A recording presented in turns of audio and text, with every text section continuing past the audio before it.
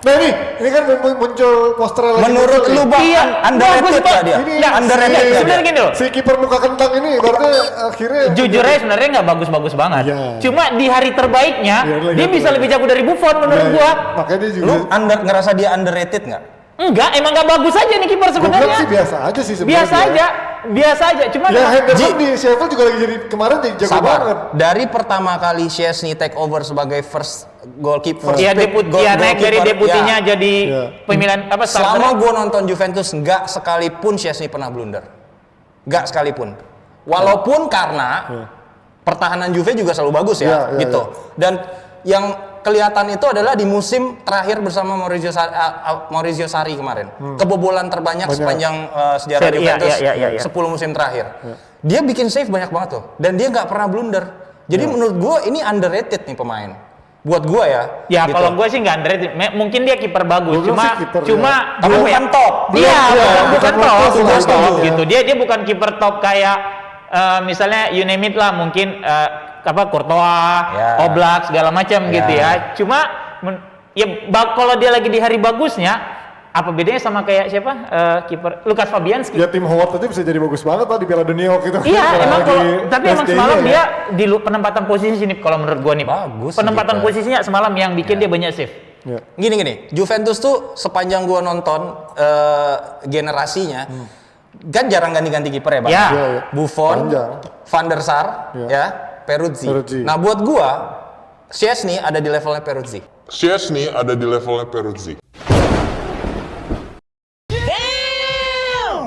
Enggak lah. Enggak memberikan rasa aman buat gua. Enggak gila. Iya. Lu Peruzzi masuk, striker udah takut lihat Peruzzi. Bang, buat gua dia ada di level itu. Enggak lah. Udah. Peruzzi kan kiper top lah, kiper top. Lu lihat save-nya dia. Lu lihat gini, dia dinilai secara tidak adil karena masa lalunya di Arsenal. Dia gagal di Arsenal. Tapi kan dia dinilai karena sekarang mainnya sama tim-tim sama back Juve yang memang kuat gitu, ada Bonucci, Chiellini. Enggak juga, Ji. Lo coba di Roma dia nggak dibilang top kiper top kan ibaratnya. Kenapa Juve mau ngambil?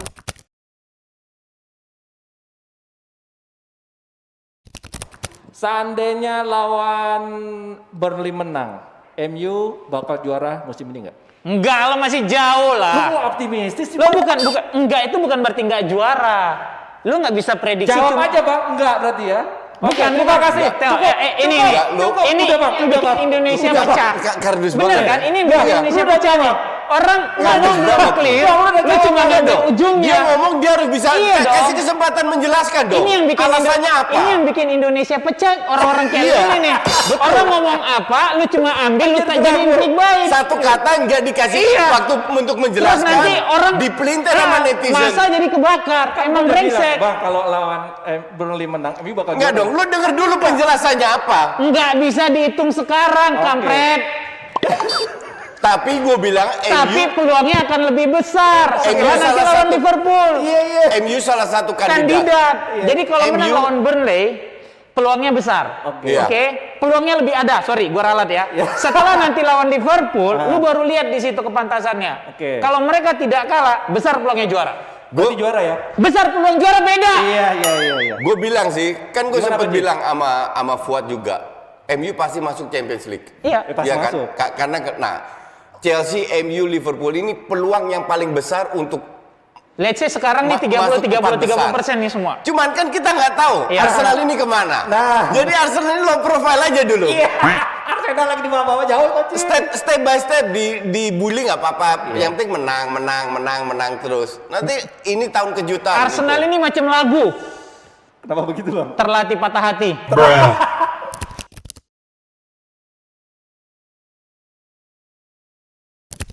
Fansnya timbul apa sekarang? Kalau di Eropa sukanya apa? Ya saya tidak terlalu ngikutin ya, nggak apa-apa. ya, tapi Manchester City. Kenapa? Karena mainnya cantik ya? Ya karena bermain mereka Pep Guardiola bagus sekali. Selalu mereka menyerang terus. Walaupun nggak bisa misalnya nggak bisa dari kiri, selalu mereka cari dari kanan. Semua selalu menyerang terus. Itu saya suka. Kalau Eloko lebih suka tim yang dilatih sama Pep Guardiola yang mainnya cantik atau tim yang dilatih sama model Jose Mourinho yang mainnya pragmatis, bertahan, counter attack? Lebih suka yang mana kalau Eloko? Ya kalau kita untuk saya ya, lebih bagus mungkin main seperti Mourinho dan menang. Tuh yang penting menang Ya, kan? itu menang. Daripada main cantik tapi nggak menang. Ya, misalnya kalau saya main, kita main cantik tapi kita nggak bisa menang untuk apa? Ya, Kita perlu menang. Nggak main cantik boleh. boleh, tapi Di pertandingan persahabatan. iya, tapi kalau main cantik bisa menang ya bagus. Tapi kalau main cantik doang nggak menang ya itu keterlaluan gitu kan. Yang Nah, penting kita bisa menang dan dapat 3 poin. tuh dengar jebret tim. Ini jadi bukan penganut tim main cantik doang, tapi harus ada hasilnya karena pemain, pelatih pada akhirnya dituntut untuk bisa membawa kemenangan atau prestasi, nggak cuman main cantik, emang sirkus. Nggak ingat main cantik siapa? Gue nggak pernah ingat. Hah? Gue cek kan hasil akhir. Oh iya, Bener kan? makanya. Jadi mending 3 poin seperti yang Eloko bilang. Iyalah, kalau mau terhibur ya nonton sirkus. Ya lo kan nonton sirkus Tapi terhibur. udah jarang loh sekarang. Iya, sekarang udah Sekarang jarang. udah jarang. Yang dari Rusia bagus. Iya Bang. betul.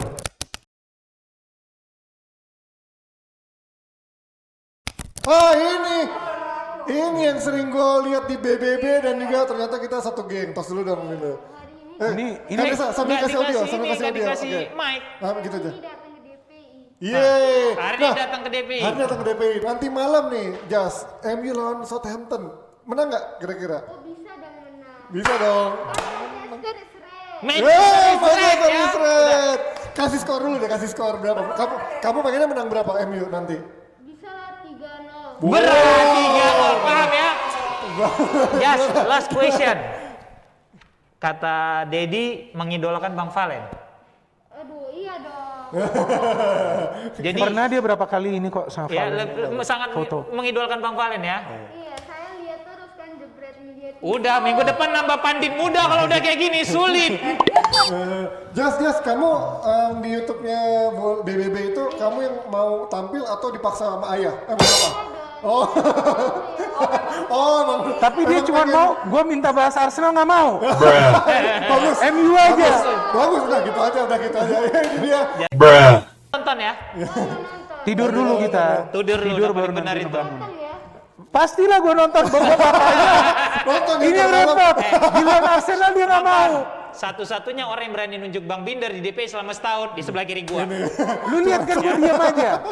Gue nggak bisa lawan. Nggak bisa. Lu lihat siapa yang lagi lihat. Iya. Nah ya, Lengkap. kelar ya. Ini dia panit masa depan yang pastinya fans MU juga. Semoga makin garis keras juga fans MU-nya ya. Oke, Nesa menang quiz dulu dong. Thank you sayang. Ya, Belum. kita Sayang. umumkan. Belum, sayang Sayang belum. dong. Hanif kemana Hanif? Hanif rumah tangganya lagi berantakan tuh. karena mau bayarin tiketnya ke Coach Justin, bininya ngasih DM, lu awas aja bom-bom dia cuma bayarin orang tiket itu gitu. Ya itulah saatnya pemain cadangan masuk kan.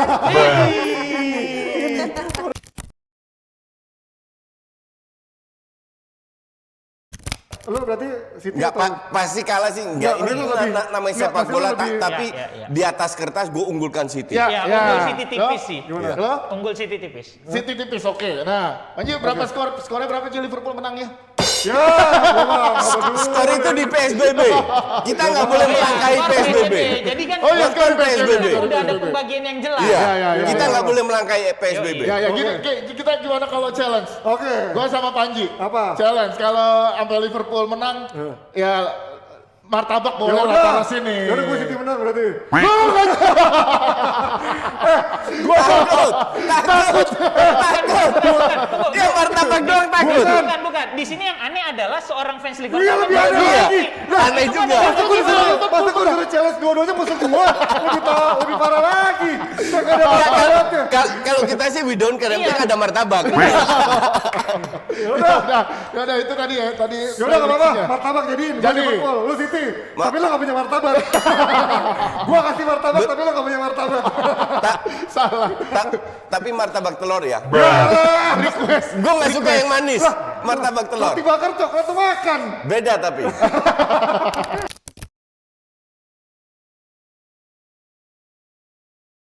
Orang pasti alasan timnya lawannya Newcastle. Ya tapi mereka lupa banyak klub-klub lain juga lawan klub-klub papan bawah kalah di kandang sendiri. Arsenal, Liverpool, MU.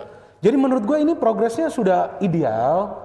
Tinggal bagaimana dipertahankan. Nah gue hanya ingin ngelihat bagaimana dia bisa improve selain Werner. Kalau menurut gue belum lah. Werner belum improve, masih sama aja. Dia miss begitu chance. Havertz, Ziyech sih menurut gue berat.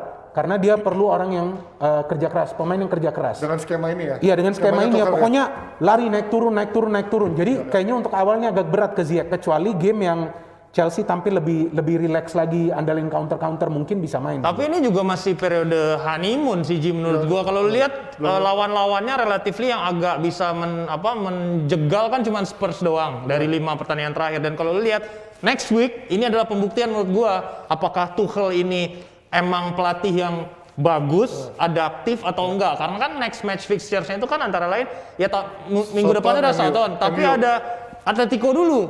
Atletico gitu kan, kalau disikat di Atletico dia kalah dia karena itu kan physical game banget. Kalau tahu itu penjahat semua di sana. Terus ada Manchester United dan juga Everton. Everton tricky match gitu. Jadi kalau dari 3 pertandingan ini 9 poin yang berhasil possible diraih, tapi dia let's say hanya bawa pulang 3 atau 4, ini akan menjadikan sebuah dinamika pasti buat Tuchel nanti. Kalau menurut gue ini belum saatnya Tuchel bawa Chelsea jadi hebat. Kalau dia mau kalah pun di Champions, menurut gua gak ada masalah bagi dia. Bagi dia loh ya. Menurut gua ini dari manajemen. Yang pertama dia baru. Kedua pemain-pemain yang dibeli belum berkembang. Mana bisa dalam 2-3 minggu dia langsung membuat performance mereka tiba-tiba bagus. Kalau tiba-tiba bagus, Howard, Ziyech sama Werner, berarti they had problem with Lampard. Betul dong? Artinya mereka ini bermasalah sebelumnya dengan Lampard, nggak mau main benar nih. Nah menurut gua, Tuchel sekarang targetnya apa? Bawa menang dulu. Mau gue lawan klub papan bawah, papan tengah, yang penting gue menang. Jadi build confidence, nanti kalau ketemu lawan yang kuat, para pemain juga mainnya lebih berani lagi. Bukan percaya diri terlalu tinggi, lebih berani lagi. Nanti hasil akhirnya kalah atau menang, tapi dia bisa lihat nanti bagaimana perkembangan pemain di game-game sebelumnya pada saat mereka lawan klub besar.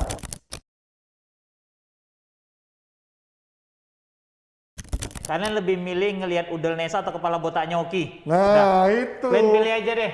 Ya, hancurkan DPI katanya. Rumah tangga gua udah hancur Ji. Gua kemarin tidur di luar.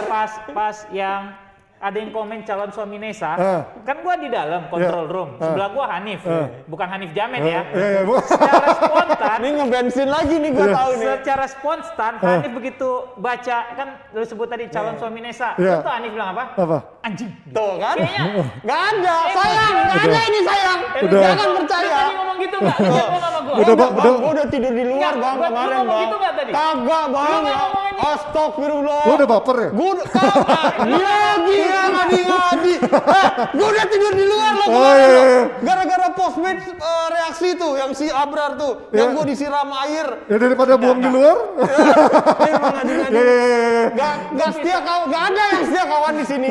Gua bisa ngerasa api cemburu di situ. Tapi maksudnya lu nggak bisa, maksud gua di fase ini Barcelona tuh nggak bisa melakukan pembelian besar, apalagi pembelian apa ya nama gua gegabah gitu Ji. Kan ini udah ada track record dia menjual Neymar, duitnya dapat dia beli 2 pembelian gagal. Investnya salah. Investnya salah, Dembele sama Coutinho salah. Udah tahu salah, dia invest lagi di Griezmann dengan ngutang. Jadi duitnya kan yang penjualan Neymar udah kepake buat tapi 2 pemain. gini, mungkin harusnya itu berhasil nih. Karena kan kalau menurut gue akar permasalahannya di Messi udah ini gitu loh. Griezmann bukan pemain jelek loh pada saat dia berani spend. Cukup terbukti penampilan dia di Atletico Madrid gitu loh. Declining tapi nggak jelek. Iya itu dia maksud gue declining emang nggak jelek, bukan yang turun drop langsung nggak punya apa enggak.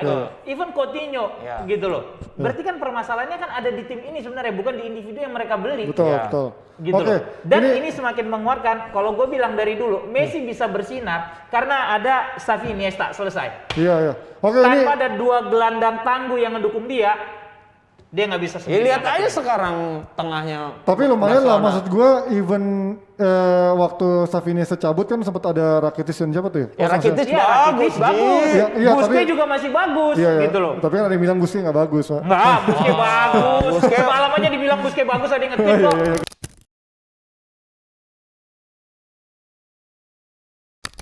Oke, Timo mau ngebantah lagi nggak dari coach sebelum gue nanya pertanyaan selanjutnya?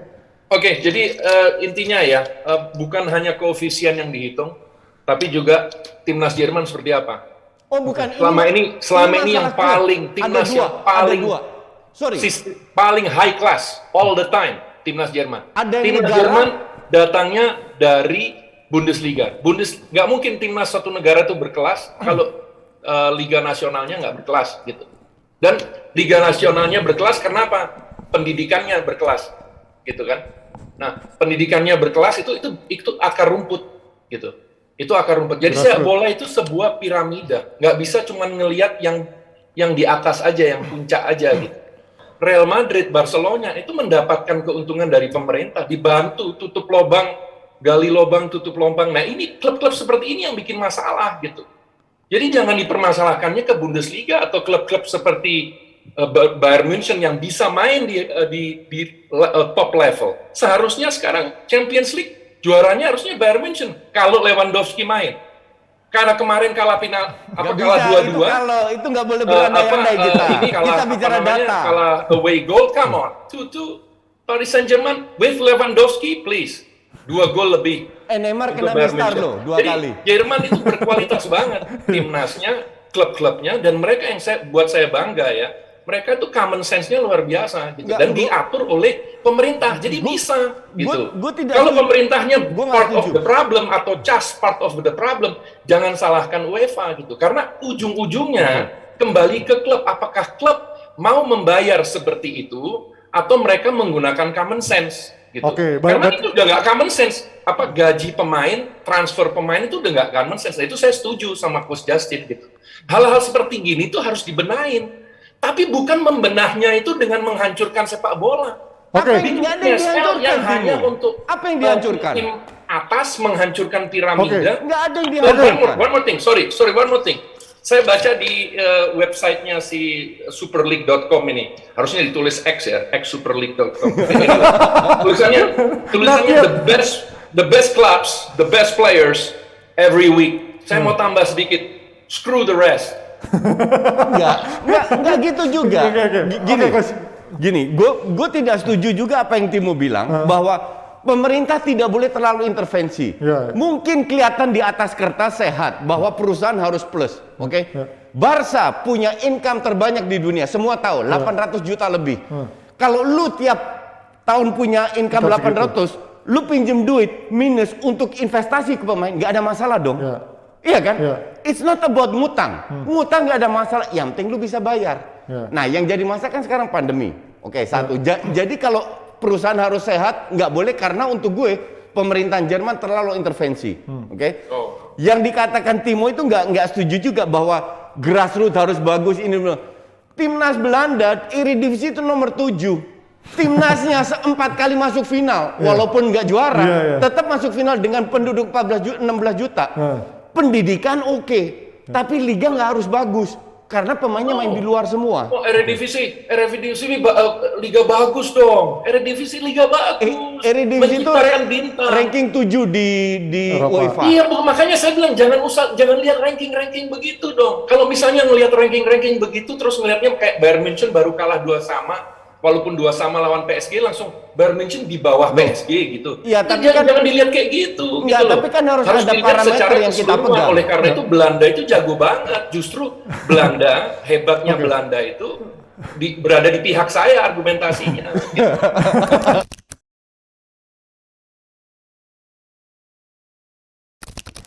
Itu pun nggak habis-habis. Sekarang kalau lu benar-benar loyal, ini kan force major, bukan keinginan Barca. Oke, dan Barca udah bertahun-tahun bayar dia topnya salary untuk pemain.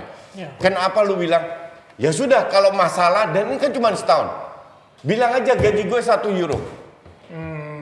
Kalau emang hanya untuk tahun ini.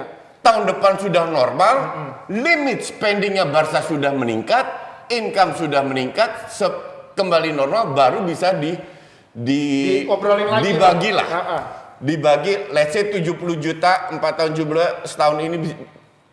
Kalau soal duit, itu ada solusi. Untuk gue ini 99,99% Messi cabut. 0,001% itu ada di tangan Messi. Wow, jadi bolanya emang di Messi? Bola ada di Messi. Pada saat dia bilang, gue tetap mau ke Barca. Gue ingin tunjukkan loyalitas bahwa gue nggak matre. Tapi kan ada aspek-aspek yang perlu dipertimbangkan juga, Coach. Pertama, kalau ini gebrakan, kalau gue bilang, jangan-jangan Laporta juga nih, bermain sama Messi, yuk kita mainkan juara supaya La Liga nggak terlalu menekan Barcelona tuh dalam financial fair play-nya. La Liga, they don't care. Mereka nggak peduli. Kalau nggak ada Messi, sponsor dari mana? Apa lu mau? Sponsor banyak ke La Liga ada Messi. Tidak ada Ronaldo, nggak ada Messi. Tidak separah itu. La Liga itu masih banyak bintang, banyak tim. Coach sebagai ikon kompetisi. Betul. Cuman sekarang sponsor itu datang kemana? Kan rata-rata ke klub. Ke La Liga juga mungkin ada pengaruhnya iya. Tapi Tebas nggak akan. Dia baru bikin deal 2,7 miliar kok. Iya. Ngerti? Yang deal untuk gue deal bullshit. Tapi di luar itu, oke? Tapi ini kan sebenarnya Messi juga udah ngomong dia mau nurunin gajinya 50%. Bukan nurunin my friend. 0. Kalau emang menunjukkan loyalitas. Lu itu udah dapat berapa miliar dari Barca? Ya, tapi menurut Messi kan loyalitas gue adalah gue menurunkan gaji gue. Ditambah kan pajak di Spanyol itu bukan loyalitas, karena semua pemain harus turunkan. Ya kan Messi butuh makan, coach. Dari mana lu butuh makan?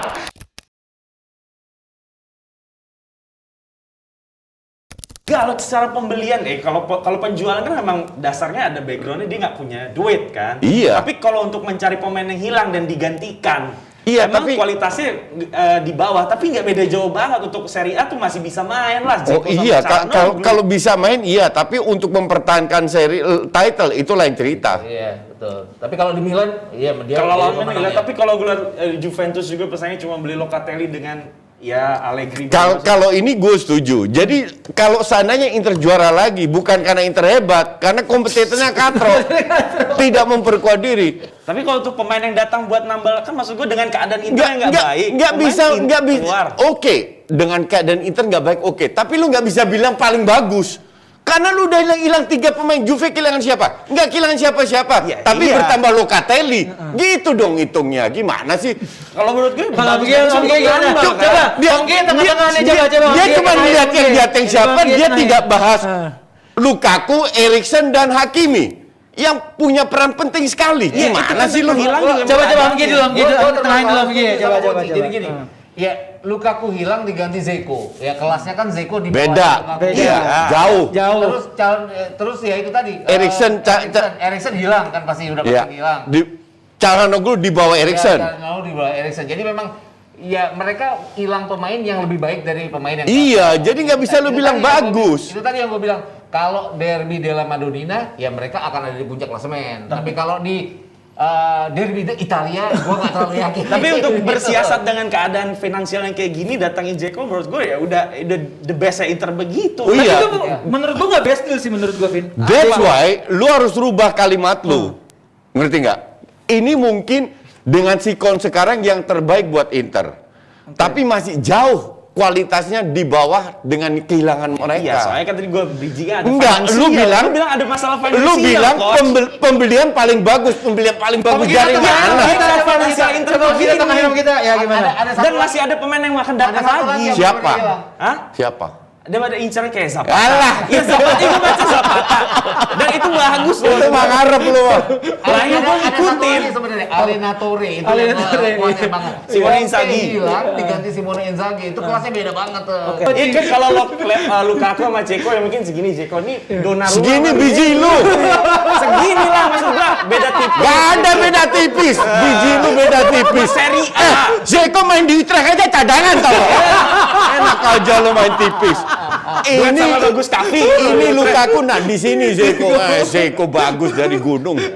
Buat Serie A. Nah, gue kalau dari Om Gita sendiri melihat Dzeko gitu yang udah melalang buana berbagai kompetisi. Dikit aja Om Gita. Ya, dikit aja sebelum cabut kita closing ini gimana? Dzeko di Inter nanti?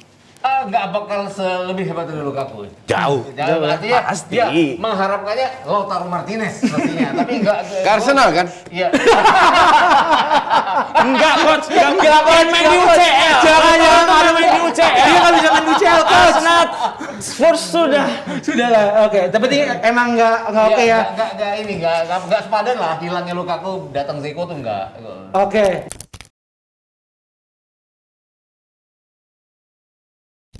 Mas Justin nih, Mas Justin apa kabar Mas Justin? Gue timpuk botol ya. Ya udah, mudahan dikit dipanggilnya Kokoh Justin. Tadi yang duduk sini manis, sekarang ginian. Nggak tahu kenapa emang Bang Wes. Gara-gara lu. Gara-gara gua. Nah, di MU jelek coach. Exactly. Bener. Kan banyak yang bagus juga di MU. Lo pancingan lu kena banget. lu kalau gue ngomong lu pahami. Oke. Emang gue ngomong apa tadi? Tadi kalau di apa itu harus dikelilingi pemain-pemain bagus gitu kan. MU kan nggak jelek-jelek banget juga coach waktu dia di MU hancur, nggak jelek-jelek dari mana? Bentuk-bentuk yang baru, Arteta gitu ya. resikonya di situ. Van Gaal kan bukan pelatih yang masih mencari-cari bentuk. Dia udah punya bentuk yang Dia bilang Arteta dia nggak sadar MU 4 tahun terakhir 0 trofi. Jadi menutupin kekurangannya MU, mengalahkan Arteta. Arteta ya, oke, ya. Lanjut lagi. Lanjut lah, Mas. Coach, berarti kan ini soal mental dari pemain ya. Kalau ngelihat dari yang sebelum Van Gaal gitu. Lo ngelihatnya bukan mental pemain. Bukan Lu nggak nyimak lagi. Moral. Bukan mental. Lo bilang, ya udahlah buru-buru dipecat. Tapi kalau kita lihat komparasi Gue nggak bilang dia buru-buru dipecat. Kapan gue bilang benar-benar? Maksud gue bilang sesegera mungkin. Gue bilang 3 waktu. Kalau untuk gue biarin aja, biar terseok-seok. Gue mah happy-happy aja. Iya, Kak Arteta yang ngebawa Arsenal ke peringkat 20 gitu ya. Semoga Arsenal bisa apa hubungannya? tercerahkan. Lu kampungan banget lu kalau mau ngebully gue coba cari bahan lain. Oke, coach, jangan Arsenal. Kenapa lu bawa Arsenal? Hanya karena lu nggak bisa balas gue terus lu mendadak bawa Arsenal. Udah 2 kali bawa Arsenal. Oke, gue nggak bawa lagi, coach. Ya, oke, gue nggak bawa lagi. Minta maaf dulu. Oke, coach, gue minta maaf bawa Arsenal di tambah tolol lu goblok. Di analisa di siaran ini gitu ya. Oke. Ngelihat ini Arsene Wenger yang bikin itu gimana sih? Nggak ada urusannya dengan Arsene Wenger. Apa hubungannya? Dia Kita kan bicara penggagasnya. FIFA. oke. Wenger itu bagian dari banyak bagian dengan FIFA. Wenger bukan pemilik FIFA. Oke. Lu bener-bener gobloknya minta ampun lu mau Mardel.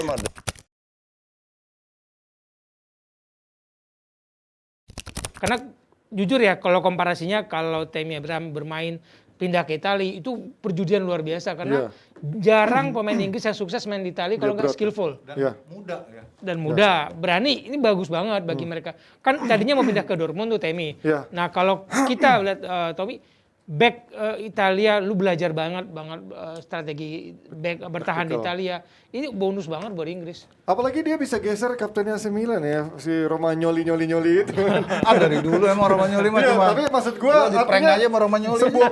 Sebuah pencapaian yang cukup presisi langsung bisa menggeser Romagnoli yang awalnya dipercaya menjadi kapten dan juga menjadi pemain utama Milan. Dia bisa langsung menggeser, artinya ada something special yang dilihat Pioli sama dia kan artinya. Iya, dia karakternya memenuhi syarat untuk menjadi back masa depannya di Italia ya. Tapi kalau di Inggris gue nggak tahu deh. Karena di Inggris sebenarnya terpental juga dari liga karena memang ini tadi seperti tadi gue sampaikan ke Wesley, dulu mungkin ada pemain-pemain Inggris yang kemudian berjudi di Italia untuk berharap dia bisa dapat kesempatan kemudian bisa balik lagi kayak Smalling, kemudian Ashley Young, dulu ada Evra juga. Tapi tuh usianya kan udah maksudnya dari Inggris. Oh ya dari Inggris Premier League. Tapi kan mereka usianya udah saat itu nggak muda. Kalau ini pemain muda loh. Justru pemain muda ya. Jadi ini seperti tempat mereka magang sih sebetulnya. Tempat magang dan Tomori. Serie A jadi buat magang doang kan berarti ya. Tomori udah pernah sekali kan. Iya, tahun lalu.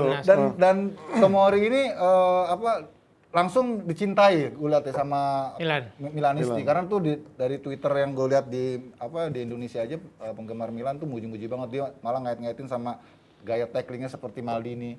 Terus kemudian yang mujur Indonesia. Iya. Dulu Smalling aja dibilang Maldini juga sama. Kalau orang Indonesia bagus dikit puji gitu. Nanti kalau udah jelek dimaki-maki.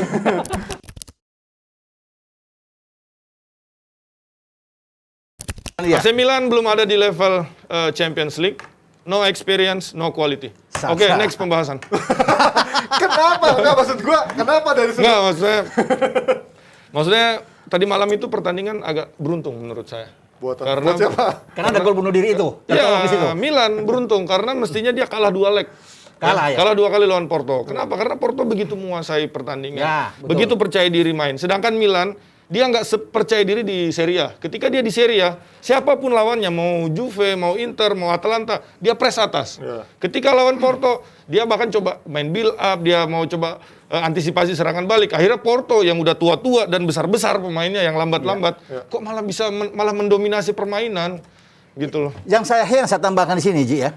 Kalau bicara soal Milan, ini tim yang memang nggak pantas untuk tampil di Liga Champions. Bukan soal nggak pantas, Anda bisa lihat. Padahal dia punya pemain-pemain dengan pengalaman yang kualitasnya tapi level untuk bermain di Liga Champions, dia cuma untuk di Serie A. Jadi mungkin lawan Spezia, Venezia, Verona, Genoa, Sampdoria, Cagliari, Salernitana gitu. Tapi sekarang Anda bisa melihat, 4 pertandingan, ini kan kacau ini tim. 4 pertandingan yang mereka main, cuma 26 tembakan. Maksud dia kan nggak, ini kan busuk benar. On targetnya cuma 9. Ini 4 laga loh di UCL, 4 laga yang mereka mainkan. Di UCL, oke. 9 on target 26 tembakan. Ini paling kacau.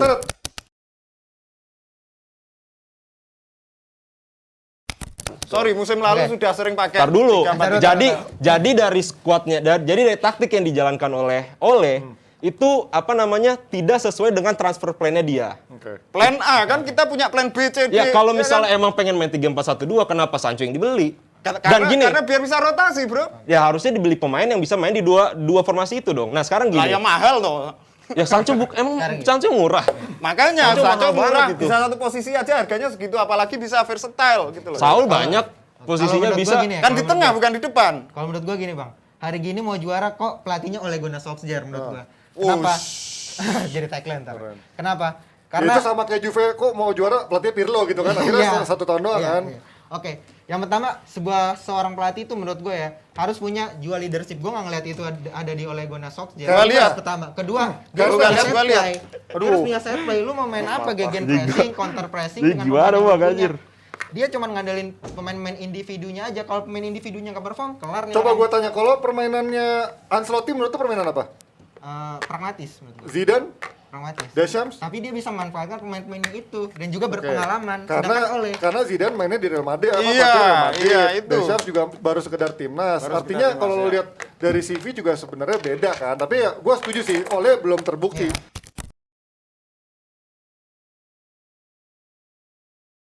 Katanya mau pensiun habis Piala Dunia 2022. Apakah umurnya di situ kalau kita lihat atau memang lagi ngetren aja ntar menjilat udah sendiri lagi kayak Messi? Kalau gue bilang dia kehilangan motivasi udah lama ya. 2 musim terakhir ini sejak dia kalah di final Liga Champions dia seperti kehilangan motivasi untuk bermain di kompetisi yang kompetitif. Terus kalah 7-1 itu ya? Bukan. Itu semifinal dan dia nggak main. Nah, yang main. Kalau dilihat kan 2014. Dan Februari nanti umurnya 30. Artinya Piala Dunia kan nanti dia tinggal 2 bulan sebelum 31. Ya. Piala Dunia 2026 umurnya 34. Tadi kita udah omongin di luar tadi ya, bahwa pemain Brasil itu juara dunia tidak pernah ada pemain-pemainnya di atas 30 yang pemain intinya. Selalu usia produktif. Usia matang lah ya. Ronaldo 26, Rivaldo 28, terus Pele itu 29. BB itu yang paling tua 30 pada saat Romario umurnya 28 waktu itu. Jadi ya itu tadi Dan lu lihat deh nih, sekarang tahun 2021, Piala Dunia 2022. 2021, please lihat foto dia buka-buka baju. Iya. Udah bukan main sepak bola profesional. Karena dia lebih cocok main di Ibiza daripada dia main di lapangan hijau. Gitu. Nah, itu loh jadi main di Ibiza. Dilo jadi cakep banget nih quote-nya nih hari ini ya.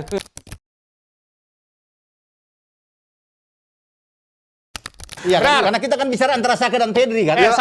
Saka itu gantiin Greenwood. Nah ini makanya orangnya mau datang langsung nih kemarin nih yang banyak dikritik nih jurinya agak ngomongnya belepotan nih jurinya kemarin. Juri DPI mencari pandit. Nanti gue bisa jadi pandit nih. Kenapa lo begitu yakin masukin Saka sebagai pesaing terkuatnya? Kalau emang Pedri lebih bagus, secara perjalanan kan di Euro Inggris lebih jauh sampai final. Saka selalu jadi main utama. Enggak selalu main utama sih. Tapi pilihan utama kan. Super sub lah, super sub. Bagus. Lebih dari super sub tapi itu jatuhnya. Nah, terus di Arsenal, lu lihat dong temen-temennya siapa, Mas? Siapa? Arsenal, ya Allah, lu pakai Smith Rowe. PP mahal. Smith Rowe kenceng banget Mario. Lari doang, Mas. Usahain Bolt aja masuk MU nggak bisa, lari kenceng. Ya kan? Aubameyang. Lacazette. Ya Allah, Lacazette kagak pernah main inti, lu lihat tuh. Gua kasih tahu gak lu, 32 pertandingan musim lalu bersama Arsenal dia bikin 5 gol. Pedri 37 pertandingan 1 gol, 2 gol. Ada Messi lagi. Gini kawan-kawan sobat DPI yang budiman ya. Statistik pemain itu bukan ditentukan dari jumlah gol karena Pedri itu sebagai gelandang.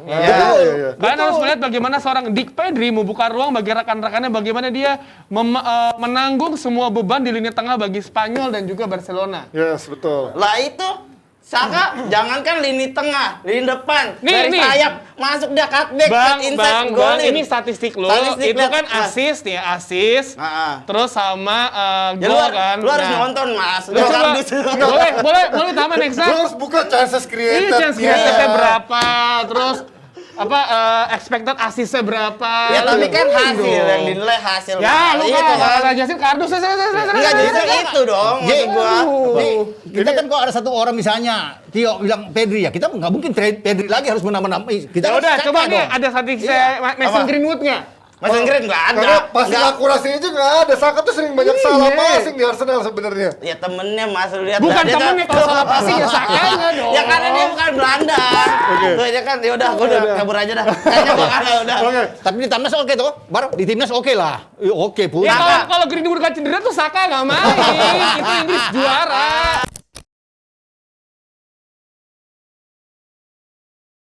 Juga Bung Harpa. Ngerecokin sih. Lalu juga ada Bung Yasin, trio Batak ya.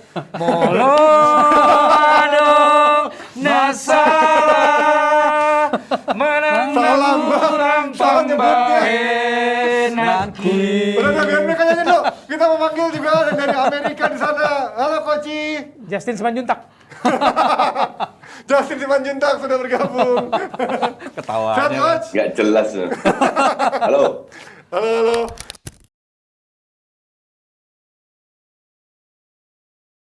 Pembahasannya sekarang tergantung gue nih, Ji. Benar, benar. Ini tergantung lo. Ini gue mau buka baju dulu. Woi. Ini kan Barcelona. Kenapa? Aduh, Papi kuning, Afif merah. Untung Uwes nggak buka baju juga. Perlu? No, jangan. Itu kayaknya ntar bulu semua ya. Kita Mantap juga ngomongin- nih, Bibe. Mantep. Nih cara cari aman kita. Cara cari aman. Ini kayak supporter kalau ke stadion. Iya. Dia pakai Karena- dua kaos. iya, jadi Begitu kalau tim yang pulang ya. menang, yang itu yang dipakai, Iya. yang itu kalah. Jadi nggak dibully sama nggak bakal dikejar sama supporter lama. Itu di Indonesia, Be. No, itu kita lakukan ketika di luar negeri. Oh, gitu juga ya. Udah lu orang Asia, lu pakai tim yang menang misalnya di kandang lawan. Wah, bahaya. Cardos ya fansnya berarti. Oke.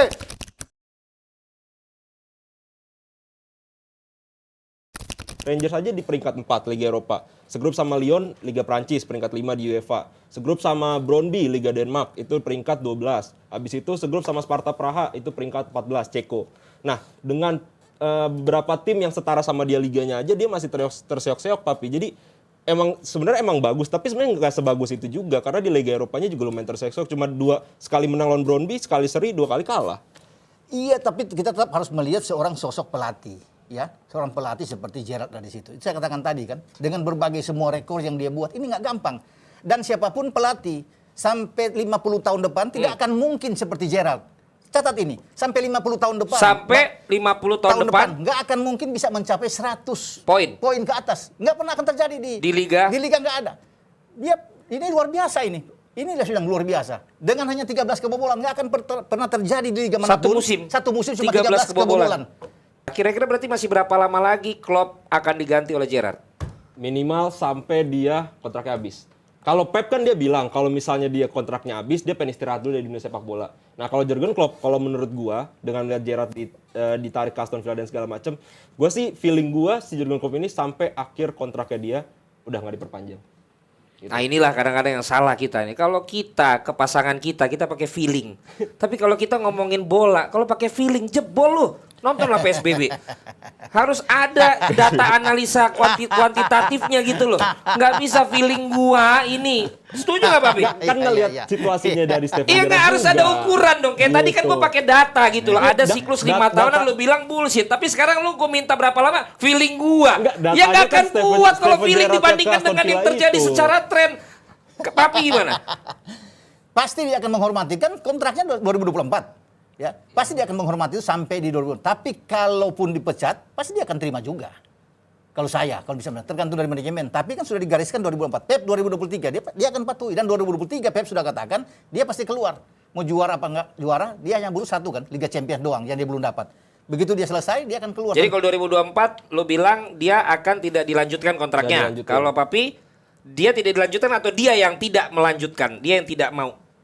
Dia 2024 pasti dia akan stop. Dia udah bilang bahwa 2024 dia akan kembali ke Jerman. Sama kayak Pep.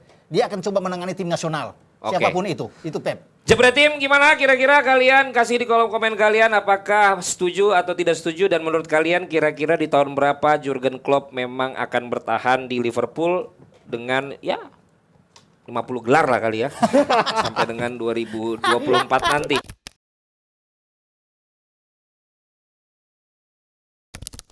Oke, berarti berat ya buat Barcelona ini, berat. Butuh. Nggak tahun ini, nggak tahun ini. Nggak tahun ini, pasti. Nggak tahun ini. Kalau didengar-dengar kan Kira-kira ada berapa di tahun Januari. Di Januari 2-3 kan tahun. akan ada pembicaraan. Oke. Kabarnya ya. Investor, Ya, termasuk juga ada rencana investor-investor dari Timur Tengah sama dari Asia Timur ya. Softbank. Ya, dari China ya, dari Tiongkok. Nah, itu kita akan lihat tuh sejauh itu. Kalau ada suntikan baru, itu bisa tuh kok. Pokoknya buang, misalnya Busquets kalau nggak pakai buang. Udah itu aja. Siapa lagi di belakang? Lenglet semua. Pique juga ya. Firpo banyak. Titi lepas semua itu. Oke, ini Barcelona sakit kritis, kira-kira berapa musim bisa bangkit? 2 musim aja. Kalau 2 sudah masuk, musim. kalau investor sudah masuk, oke. Papi 2 tahun, Ki. 3 3 tahun. Bung Mehat. Ya nggak lama lah pasti. Nggak lama lah. Kalau misal tahun ini dia langsung ini diinjek langsung karena value-nya kurasi cukup tinggi tergantung sebenarnya nilai jualnya. Yang penting Satu musim. Yang penting cuan. Satu musim cuan bisa. aja, ada Iya. cuan beli pemain dapat. Musim Dapat. depan pun kalau memang dia beli masih bisa sebenarnya. Oke. Tapi buat saya 2 tahun aja kasih. 2 tahun. 2 tahun aja. Bung Mehat kayaknya 1 musim doang nih, kayaknya tergantung uang yang masuk ya. Iya.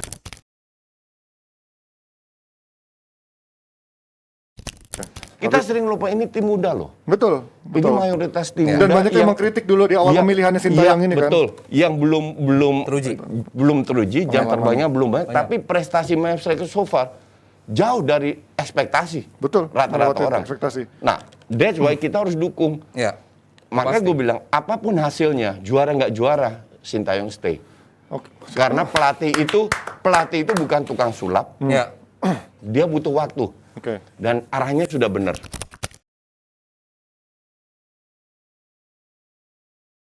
Berarti kita bisa lihat sama-sama di sini. Coach itu double standar. Menghadapi Xavi dan menghadapi Arteta dia punya beda. Di Arteta tunggu nggak mau dia. Xavi boleh tunggu, Arteta nggak boleh. Harus sekarang bagusnya. Nah, ini orang tolol banget kayak ini kardus tolol kayak begini. Ganda ya ini. Lu bandingin pelatih yang baru sebulan sama yang 2 tahun. Udah gitu aja. Tetap aja sekarang Xavi udah bisa. Enggak dong, dia baru sebulan. Gimana lu bisa menilai banding pelatih yang udah 2 tahun 2 piala. Berapa ratus piala ayah elah piala ciki. Susah dong. Berapa enggak? Major trophy dibilang ciki. Susah dong. Gue marah kalau lu bilang gue double standar. Karena gue pasti tidak benar. Lu enggak, justru lu yang double standar. Apa itu? Lu bandingin pelatih yang baru sebulan dengan pelatih yang sudah 2 tahun. Lu bandingin pelatih yang 0 pengeluaran dengan pengeluaran 300 juta. Ya tapi belum ada jadwal bagaimana belum ada waktunya. Enggak, lu jawab dulu. Bagaimana lu nggak double standar membandingkan pelatih yang udah 2 tahun sama sebulan yang udah keluar ratusan juta sama 0. Udah gitu Sekarang aja. gini aja, Arteta menunjukkan improvement, lu bilang iya. Iya, improvement. Small improvement. Even small. Lu 2 tahun masa cuma small improvement doang. Dibandingin lu udah keluar 300 juta gimana small improvement? Namanya tim besar ya keluar duit. Kalau nggak mau keluar duit ya nggak usah jadi football. Sekarang lu melintir lagi. Xavi itu baru sebulan, belum ada waktu. Makanya nggak bisa di-compare dia belanja. Lu yang ngebandingin, lu bilang gue double standar. Berarti kalau satu boleh nunggu, yang satu juga boleh nunggu dong. Enggak dong, lu tolol, baru udah 2 tahun gimana lu nunggu? Itu dia. Lu goblok, lu double standar, lu kelamaan di Inggris kali. Ketemu kakak. Udah lama Gue udah jelaskan, lu tidak menjelaskan, gue udah jelaskan. 1 bulan sama 2 tahun lu bandingin. 1 nol duit dan 300 juta. Gimana gue double standarnya? Ada alasan pemainnya cedera dan lain-lain, kenapa Arteta nggak boleh? Lo boleh juga. Lah tadi nggak boleh. Tapi enggak. Ini kelamaan di Inggris ketemu pandit-pandit kardus yang melintir bilang gue double standar nggak bisa ngejelasin. Jelasin. Sekarang lu bilang Arteta boleh, Xavi boleh nunggu. Udah gue jelasin kan 1 bulan dan 3 bulan dan 2 tahun. Lu jadiin alasan. Lu jelaskan 1 bulan dan 2 tahun nggak bisa lu jelaskan. Ya tapi mungkin ini dua-duanya punya point of view yang menarik karena tadi kalau dari sisi durasi mungkin memang Arteta belum bisa dibandingin sama Xavi. Cuman minimal bisa. Nah, tapi minimal Arteta udah ini bisa. bilang nggak bisa dibandingin. Ini ngotot bisa dibilang gue double standar. Lu yang double standar. Tapi Arteta menurut gue improvement karena di awal musim improve di tahun ya selesai. Di tahun pertama dia bisa ada gelar coach. Iya, bentar. Lu denger dulu, jangan tolol. Iya, gue dengerin. Improvement itu ada kadarnya, 1% atau 100%. Jangan bilang improvement yang doang. Yang 100 sampai 100%-nya siapa coach sih? Hasil. Ya sekarang hasilnya gimana? Hasilnya tapi nggak ada. Lu lihat permainan baru hasil dari mana?